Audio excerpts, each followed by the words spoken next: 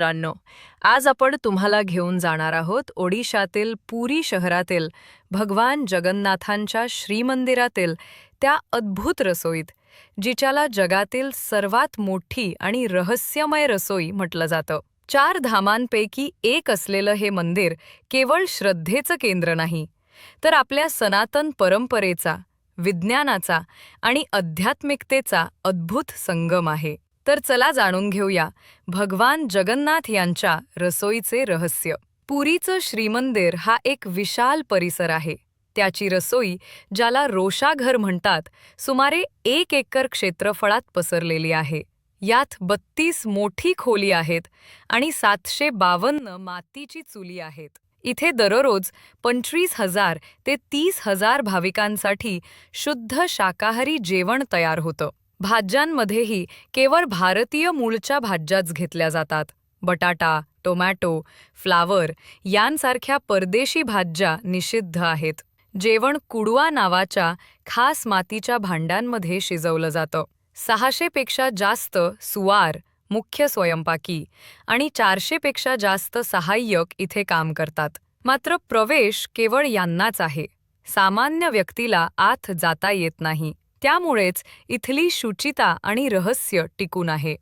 असं म्हणतात की या रसोईत जेवण केवळ स्वयंपाकी बनवत नाहीत, तर माता लक्ष्मी स्वतः अदृश्य रूपाने ते जेवण शिजवतात. सुवार फक्त त्यांना मदत करतात. जर कधी जेवण अर्धवट राहिलं, तर रसोईलगत असलेल्या अग्नेश्वर मंदिराच्या आशीर्वादाने ते मार्गातच पूर्णपणे शिजतं. ही गोष्ट केवळ श्रद्धा नाही, तर भाविकांच्या अनुभवातून सिद्ध झालेली परंपरा आहे. स्कंद पुराणातही महाप्रसादाला अन्न ब्रह्म म्हटलं आहे. हे अन्न प्रथम भगवान जगन्नाथांना अर्पण केलं जातं, नंतर देवी विमलांना. तेव्हाच ते महाप्रसाद होतं. रसोईतील सर्वात अद्भुत दृश्य म्हणजे 7 मातीच्या मडक्यांना एकावर एक ठेवणं. भोग या मडक्यांमध्ये शिजतो. पण चमत्कार असा की सगळ्यात वरच्या मडक्याचं जेवण सर्वप्रथम शिजतं आणि नंतर खालचं. हा उलटा क्रम विज्ञानाच्या नियमांना आव्हान देतो, पण शतकानुशतके असंच होत आलं आहे. रथयात्रेसारख्या प्रसंगी लाखो लोकांसाठी जेवण बनवायचं असतं, तेव्हाही हीच परंपरा कामी येते आणि सगळ्यांसाठी जेवण तयार होतं. भगवान जगन्नाथांना दररोज 56 प्रकारचे भोग म्हणजे 56 भोग अर्पण केले जातात. ही श्रीकृष्णाच्या कथेशी जोडलेली परंपरा आहे. श्रीकृष्ण दिवसभरात 8-8 वेळा भोजन करायचे. त्यांनी हा त्याग केल्यापासून त्यांच्या अभावाची पूर्तता करण्यासाठी भक्तांनी 56 भोग अर्पण करण्याची परंपरा सुरू केली. हे भोग दिवसातून 6 वेळा अर्पण होतात, जसे राजभोग, छत्रभोग इत्यादी. सगळ्यात मोठं रहस्य म्हणजे इथे कधीही अन्न कमी पडत नाही आणि न शिल्लक अन्न वाया जात नाही. मंदिर बंद होईपर्यंत प्रसाद आपोआप संपतो. रथयात्रेदरम्यान लाखो लोक प्रसाद घेतात, तरीही वाया जाणं शून्य राहतं. हे आस्थेमधील संतुलन आणि सहभोजनाच्या संस्कृतीचं दर्शन घडवतं. रसोईत 3 प्रकारच्या चुली आहेत. अन्ना चुली भातासाठी, आहिया चुली डाळ भाज्यांसाठी आणि पिठा चुली गोड पदार्थ व पिठासाठी. स्वयंपाक करण्याआधी अग्निहोम केलं जातं. कांदा आणि लसूण निषिद्ध आहेत. पाणी केवळ 2 पवित्र विहिरींमधून, गंगा विहीर आणि यमुना विहीर घेतलं जातं.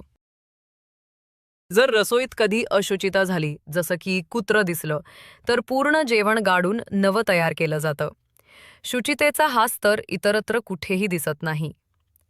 रथयात्रेच्या काळात भगवान गुंडीचा मंदिरात विराजमान होतात. तिथं अग्न्या नावाच्या खुल्या रसोईत जेवण बनतं. चमत्कार असा की या रसोईला छप्पर नसतं, तरीही पाऊस किंवा उन्हाचा परिणाम अन्नावर होत नाही. ही परंपरा 12व्या शतकापासून चालत आली आहे, जेव्हा राजा अनंतवर्मन चोडदंग यांनी मंदिराची स्थापना केली होती. आजही हा रहस्य भक्तांना विस्मयचकित करतो. या सर्व रहस्यांचा सारांश असा आहे की माता लक्ष्मीचा सहवास अन्नाला दिव्य ऊर्जा देतो. 7 मडक्यांचा उलटा क्रम चमत्कारिक ऊर्जेचं प्रमाण आहे. 55 भोग अन्न ब्रह्म या संकल्पनेला सजीव रूप देतात. 3 चुली आणि 2 विहिरी प्राचीन वास्तुशास्त्र आणि शुद्ध जलाची परंपरा दाखवतात. लाखो लोकांसाठी पुरेसं अन्न बनणं आणि वाया न जाणं हा संतुलनाचा संदेश आहे. हे केवळ अन्न नाही तर प्रसाद आहे. महाप्रसाद खाल्ल्याने पाप नष्ट होतात असं स्कंद पुराणात वर्णिलं आहे. पुरीची ही रसोई केवळ रोटी भाजी बनवण्याचं ठिकाण नाही, तर आपल्या श्रद्धा, विज्ञान आणि परंपरेचं अद्भुत मिलन आहे. इथला महाप्रसाद फक्त पोट भरत नाही, तर आत्माही तृप्त करतो. तुम्ही कधी पुरीला गेलात तर आनंद बाजारमध्ये महाप्रसाद नक्की घ्या. हे खरंच जीवनाचं अमृत आहे. जय जगन्नाथ.